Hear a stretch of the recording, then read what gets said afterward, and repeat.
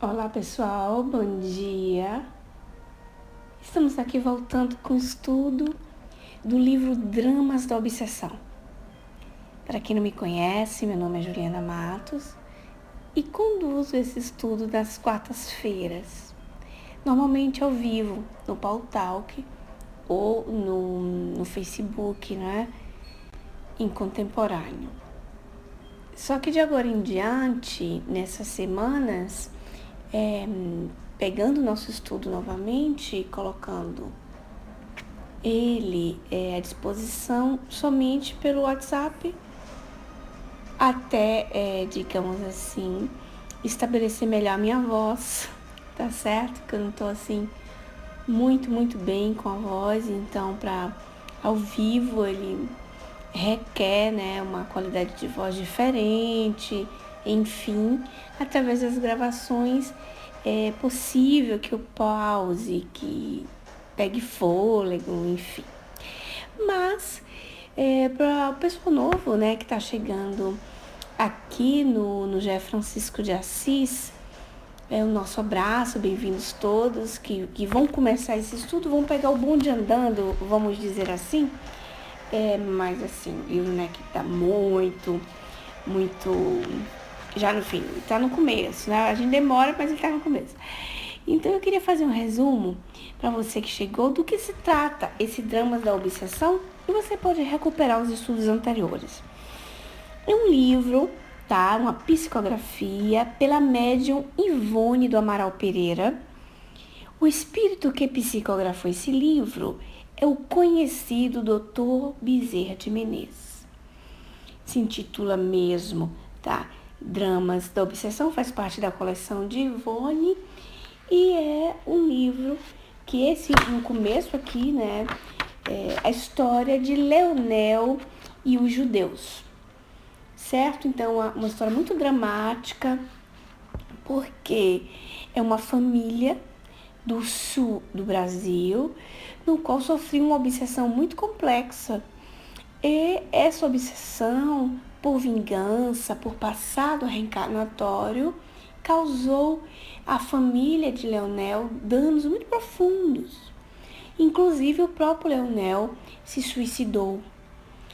A filha de Leonel se suicidou.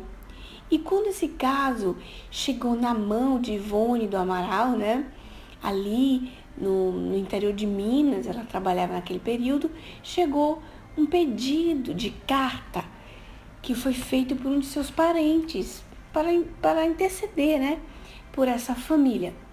Então toda a história, envolvimento dessa história é o socorro espiritual dessa família de encarnados e também dos obsessores.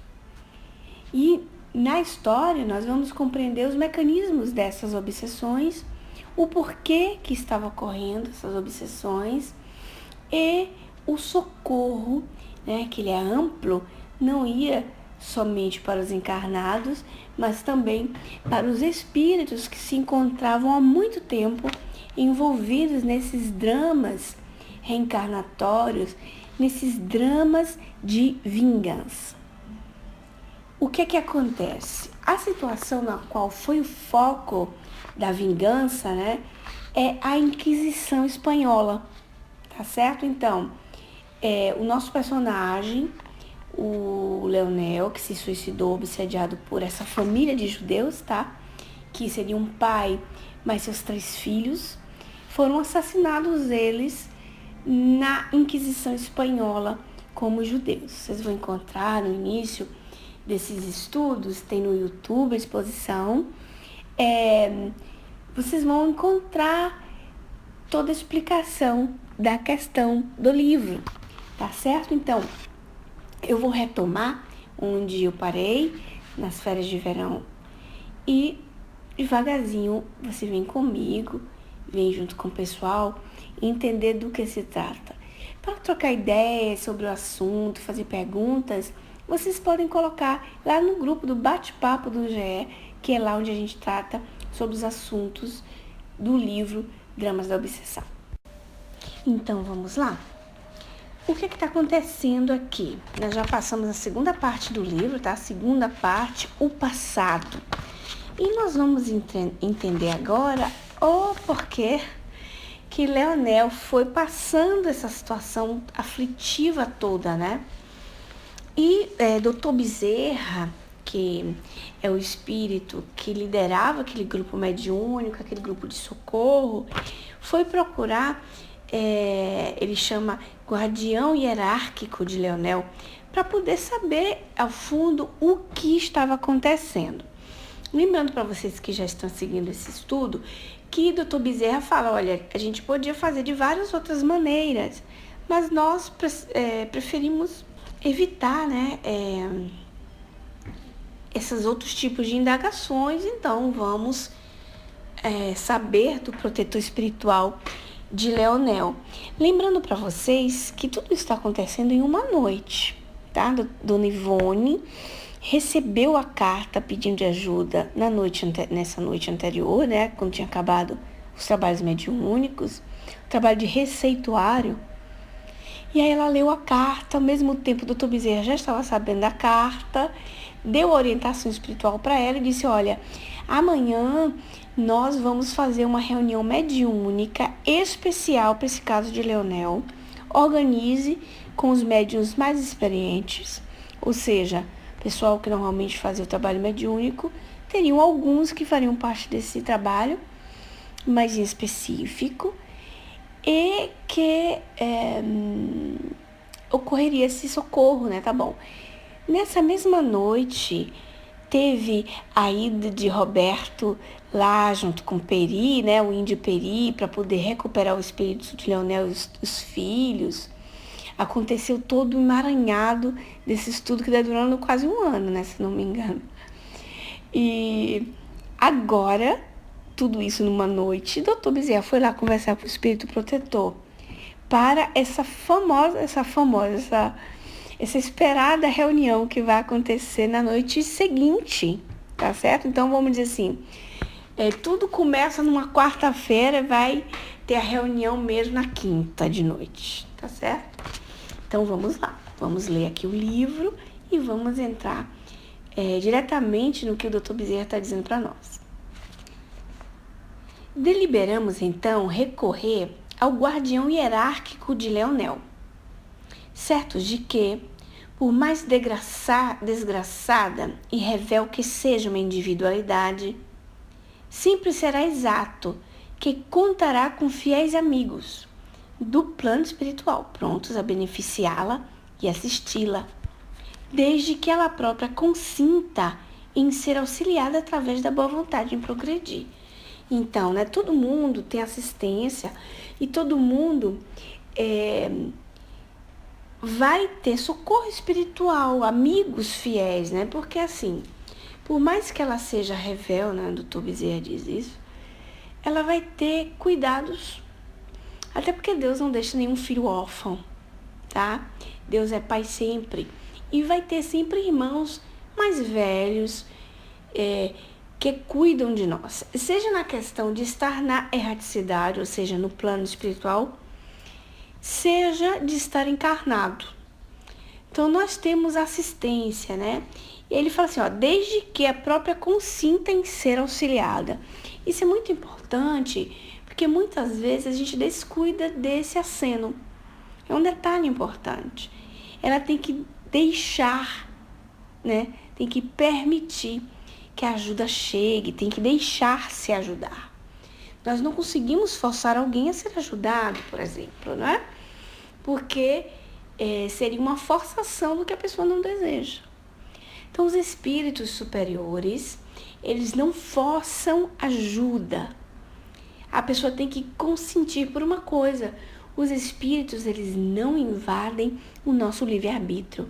Eles respeitam absolutamente esse livre-arbítrio, para que nós possamos despertar a nossa consciência e desejar ajuda, porque, assim, o mal cansa, né?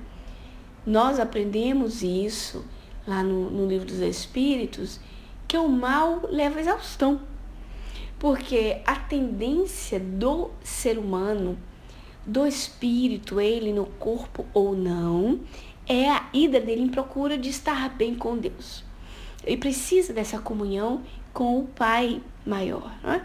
Então, estar no mal praticar o mal, estar fora das leis de Deus. E praticar o mal é estar longe de Deus. Né? Mas longe porque não está em comunhão, né? Não está em afinidade com Deus.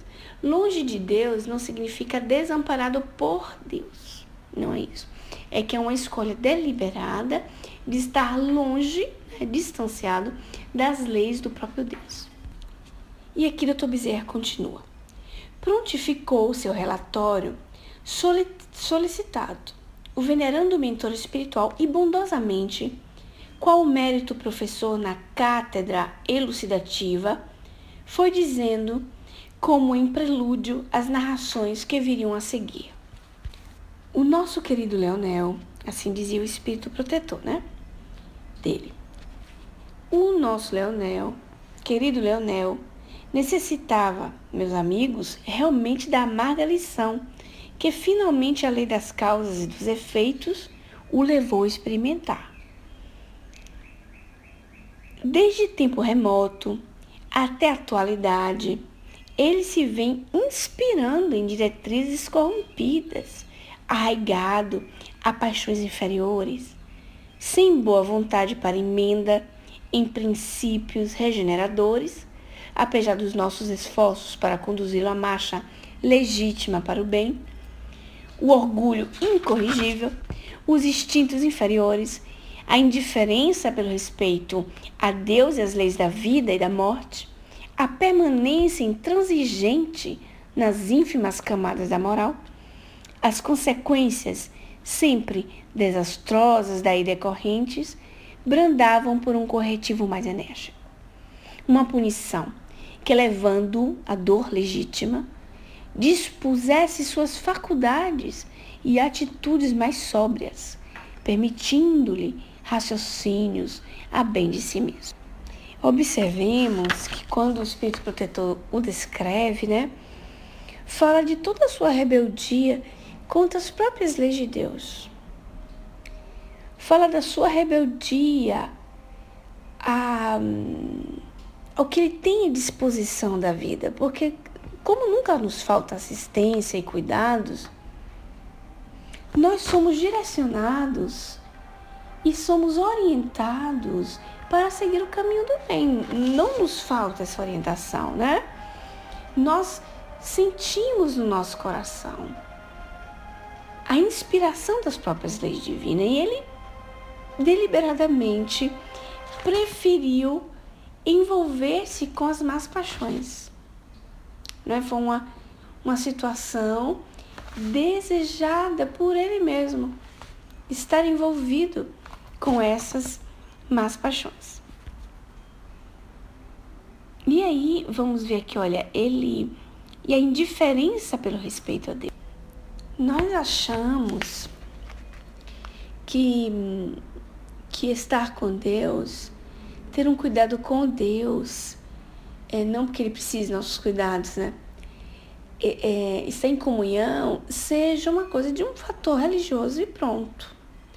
E não é bem aí, Estar com Deus, estar em comunhão com Deus, é uma questão de saúde espiritual mesmo, de caminhar para estar bem. Então, a indiferença pelo respeito a Deus e às leis da vida, dele fez com que a própria lei de causa e efeito forçasse uma situação para que ele pudesse, cansado do mal, como nós tínhamos falado, ter que tomar atitudes sóbrias. E aí, despertando a faculdade para mudar a atitude. Ele continua aqui. Variados ensejos para o progresso, nós lhes vimos concedendo dentro do período milenar. De período milenar, gente. Milenar é 1000 anos, viu? E muito de nós, viu? Estamos nessa lenga-lenga há muitos milênios. Ha menosprezado tudo, conservando-se fiel ao antagonismo com a luz. Olha na Bahia dizia assim, que queixo duro, né?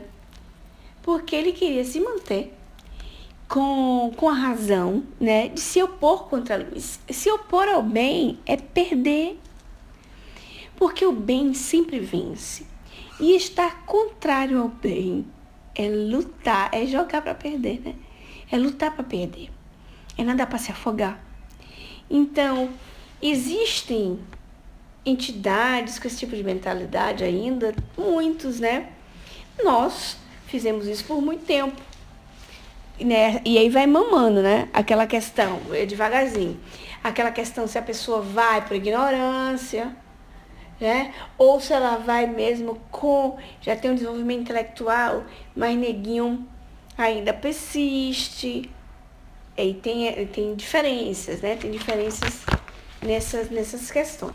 Vezes várias fizemos-lo reencarnar em ambientes honestos, no seio dos quais lições e exemplos educativos jamais escassearam.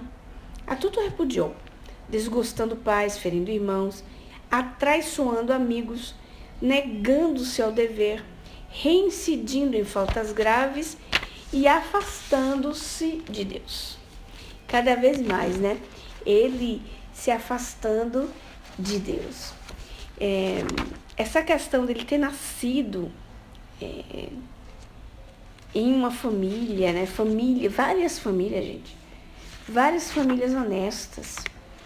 Várias famílias que poderiam ajudá-lo, né?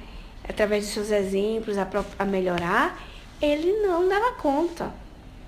Ele estava sempre ali, atraiçoando, traindo aqueles espíritos que estavam se predispondo dentro do campo de provas deles mesmos, se predispondo a ajudar a esse nosso irmão a crescer, a mudar. Né? E nisso me lembra essa passagem aqui do Evangelho que eu fui pegar para vocês, que é no capítulo 14, honrai o vosso pai e a vossa mãe, tá? Lá no 5º parágrafo, embaixo assim vai ter. Mas, isso falando das famílias espirituais, né? Que espíritos que, por analogia de gostos e de identidade do progresso moral e afeição, induzem reunir-se e formam famílias. Esses mesmos espíritos, em suas migrações terrenas, se buscam para se gruparem como fazem no espaço, originando-se daí as famílias unidas e homogêneas. Então, você vai ter família de gente honesta, voltada para o bem, que a maioria é voltada para o bem, né? Mas aí é que ele diz. Mas, como não se devem trabalhar apenas para si, olha que coisa curiosa, a gente não trabalha só para nós, né? Imagina no mundo espiritual, ou para a evolução espiritual. A nossa evolução, as nossas ações são individuais que criam resultados, né? Então, por exemplo, a minha mãe não pode fazer um bem para mim. Eu que tenho que fazer o bem, minha mãe vai fazer o bem, meu avô vai fazer o bem, para dar um resultado. Mas o meu bem feito, que eu vou estar bem, gera um bem a outro, né? Um bem-estar a outro. Então, o trabalho do progresso, da evolução espiritual, ela vai estar sempre num campo que não é só do indivíduo, não é só teu, tá bom? E aí ele vai dizer, mas como não devem trabalhar apenas para si, Deus permite que espíritos menos adiantados encarnem entre eles, a fim de receberem conselhos e bons exemplos a bem de seu progresso. Olha, por vezes esses espíritos se tornam causa de perturbação, mas aí é que está a prova, aí é que está a tarefa. Acolhei-os, portanto, como irmãos, auxiliai-os, e mais tarde, no mundo dos espíritos, a família se felicitará de ter salvado náufragos, que por sua vez poderão salvar outros. É uma belezinha, né? Você vê que o Leonel, por organização dos bons espíritos, se reencarnou em várias famílias assim e criou seu tumulto mas ele não tinha jeito, né? Mas nós vamos falar no próximo áudio, até daqui a pouco. Pronto, voltando aqui. Então, o organizador, né, do grupo evolutivo, o organizador, o espírito protetor, está lá dizendo, né? Foi tentado. E ele repudiou tudo e assim se afastou de Deus. Mais ainda, né? Fixado assim num círculo que se tornava vicioso, urgia algo em seu socorro através de um corretivo que para sempre lhe sacudisse as forças psíquicas para novos rumos. Qual corretivo, porém, aplicar? Que punição bastante justa, castigo assaz sábio para corrigi-o? Não reverter em piedade por parte da lei que os permitisse? De fácil solução seria o problema aplicado tantas vezes entre os endurecidos do mal pela mesma lei. Deixá-lo inteiramente entregue a seu livre-arbítrio. Afastamo-nos dos seus caminhos, não mais aconselhando durante o sono corporal, e tampouco tecendo em torno dos seus passos barreiras que anulassem os múltiplos malefícios com o que teimava embarricar a própria evolução moral e espiritual.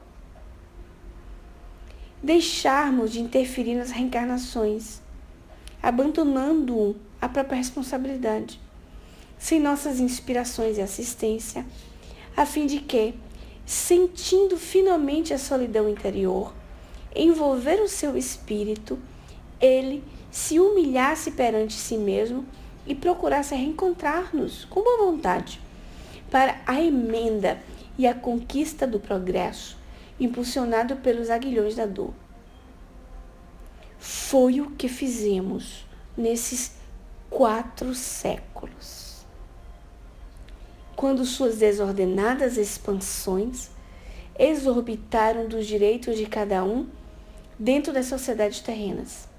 Sim, desde há 4 séculos, quando, reencarnado à sombra da cruz do enviado de Deus, depois de prometer no espaço labores benévolos a favor da doutrina e da igreja que ele desejou servir, do poder que ambas exercem sobre os homens, abusou, alvitando-as com os crimes que praticou, tendo-as por desculpa e delas se servindo como arma irresistível na prática de abominações. Eu vou me concentrar aqui com vocês a falar dessa ação do próprio espírito protetor, tá? Porque o espírito protetor está dizendo ao Dr. Bezerra que tem 4 séculos, 4 séculos, gente, não são 4 anos, né? 4 séculos que está deixando entregue a si mesmo, tá? E é uma questão para a gente desdobrar, porque é muito problemático dizer assim, poxa, tô frito, então quer dizer que meu espírito protetor me abandonou, né? Que isso? Isso pode acontecer, né? Se a gente falar com superficialidade, pode dar essa impressão. Você, companheiro que vai estar ouvindo aí no YouTube, que não vai ter nem condição de trocar uma ideia conosco. Então, isso pode acontecer, né, gente? Pode. E ele fala que não interfere nas reencarnações e o deixou totalmente entregue ao seu livre-arbítrio. O que é isso, né? Tá entregue ao seu livre-arbítrio? A sua liberdade de ação. Como ele podia, tendo uma certa evolução intelectual, ele tinha o livre-arbítrio dele até um certo ponto, tá? Então, e aí? Pode deixar essa pessoa abandonada? Mas, Juliana, você não acabou de falar que Deus cuida, que a gente tem sempre assistência? Claro que temos. Só que, para os espíritos, para a eternidade, o que é que são 400 anos, né? Não é nada. Em italiano seria gioco da ragazzi. Pode sim. E o que é que a gente poderia perceber com isso? Que nós ficamos totalmente abandonados? Não, claro que não. Só que o que é que ele fala? Que por um certo período cria-se barreiras, não é? Para a pessoa não cair em determinados abismos, interfere com inspirações, aconselhamento, a pessoa sai do corpo de noite, fulano e tal. Uma encarnação, 2, 10, 15, 20, 30, 50. E aí a pessoa insiste, organiza encarnação, faz nascer em grupos de pessoas de bem, nada. Aí ele passa a ter encarnações muito ligadas às questões, tá, dele mesmo. Inclusive, ele, para poder se sair dele mesmo, das suas paixões, faz promessa, né?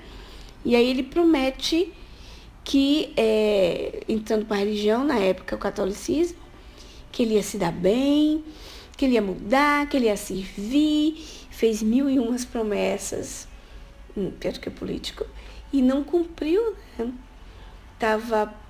Cumpriu não, ainda foi pior, porque você, como um homem comum do mundo, você erra, a sua responsabilidade está ligada com o seu poder de ação, né? Da sua ação, poder de ação da sua ação. O que você fez, o raio de ação, até onde vai. Quando você está ligado a questões políticas, piorou, porque você está ligando para o povo, uma questão coletiva. Vocês imaginam em questões religiosas, onde uma religião tem como dever levar as pessoas para o aprisco de Deus, né? Para o braço de Deus, recolher, vamos dizer assim, as ovelhas. Os ensinamentos de Jesus já existiam, né? Não tinha desculpa, vamos dizer assim, que não se sabia, desculpa da ignorância, tá bom? E aí, para poder trazer essa questão para vocês bem clara, e vocês vão conhecer o trabalho que nós fazemos, nós buscamos sempre remontar a base espírita, que é a codificação espírita. Eu vou trazer para vocês o Livro dos Espíritos, tá? Porque o pessoal que tem mais experiência aí, que me conhece, as meninas, com certeza já sabem do que eu vou. Então, a perguntinha famosa, a pergunta do Livro dos Espíritos, é a pergunta 495, que vai estar, vocês, para se localizarem no Livro dos Espíritos, no livro 2º, capítulo 9, Intervenção dos Espíritos no Mundo Corpóreo. Anjos da guarda, espíritos protetores, familiares ou simpáticos. E a pergunta 495, tá bom? Vamos lá. O espírito protetor abandona algumas vezes o seu protegido quando este não lhe ouve os conselhos? A resposta: afasta-se quando vê que seus conselhos são inúteis e que mais forte é a vontade do seu protegido em submeter-se à influência dos espíritos inferiores, mas não o abandona completamente e sempre se faz ouvir. O homem é que fecha os ouvidos. O protetor volta desde que chamado. Então imagine, né? Agora a situação do Leonel, né? Vamos pegar a situação do Leonel. Vocês imaginem que o espírito endurecido, com raiva de Deus, com raiva do mundo, trabalhando mesmo para o mal, ele ter que pedir ajuda para um espírito protetor. O orgulho não ia deixar, né? Porque ele, como ele é orgulhoso e ele acha que ele está fazendo a coisa certa, ele se acredita autossuficiente. Então, o pedir ajuda é um sinal de humildade, tá? E a humildade é necessária até para você pedir ajuda. Estou precisando de ajuda. Me socorra, olha, tem alguma coisa. Me ajude até a resistir a mim mesmo, né? Me ajude a resistir às minhas más inclinações. Existem até preces no Evangelho que fala disso, né? Preces para corrigir um defeito. Porque nós estamos nos colocando numa posição pedinte mesmo, é um petitório. Olha, não sou capaz, me ajuda aí, estou precisando. Mas o Espírito Protetor ele não abandona de tudo, né? Não é que ele vai lá e fala, fica aí, entrega a tua sorte. Não, ele fica observando. E, em casos extremos, ele vai ter algum intervento. Óbvio que ele vai ter uma participação. Na do Leonel, ele teve participação? Claro que teve. Só que evitou aquele contato direto, como estava sendo milenarmente. E Leonel estava fingindo que não estava ouvindo, né? Estava ignorando os bons conselhos. E totalmente no degrado com os espíritos inferiores, porque para ele estava cômodo daquele jeito. Tá certo? Então, fica aí essa reflexão sobre como nos posicionar para Deus, como nos posicionar para receber esses cuidados e que mesmo em casos extremos, nesse caso de Leonel é um caso muito grave, nós temos socorro, nós temos amores. Leonel, no período desse livro, se encontrava desencarnado, se encontrava suicida desencarnado, e essa tão esperada reunião mediúnica iria ajudá-lo, ajudar sua filha, ajudar aqueles espíritos ainda enraigados nas individualidades daquele tempo, como os judeus, e o reflexo dessa ajuda iria refletir na família que ficou sobre a terra, porque Leonel, se eu não me engano, tinha 8 filhos. Um outro filho estava tentando se suicidar também. A esposa ficou sozinha, né, para assumir toda a família com as dívidas que o marido deixou, enfim. Então, a espiritualidade superior, quando ajuda, é um bem para todos, né? Não um bem para um só, não joga num time só. Todos devem ser beneficiados. Então, eu os deixo agradecendo a participação e nada, vamos nos falando pelo bate-papo e um beijo a todos, fiquem em paz.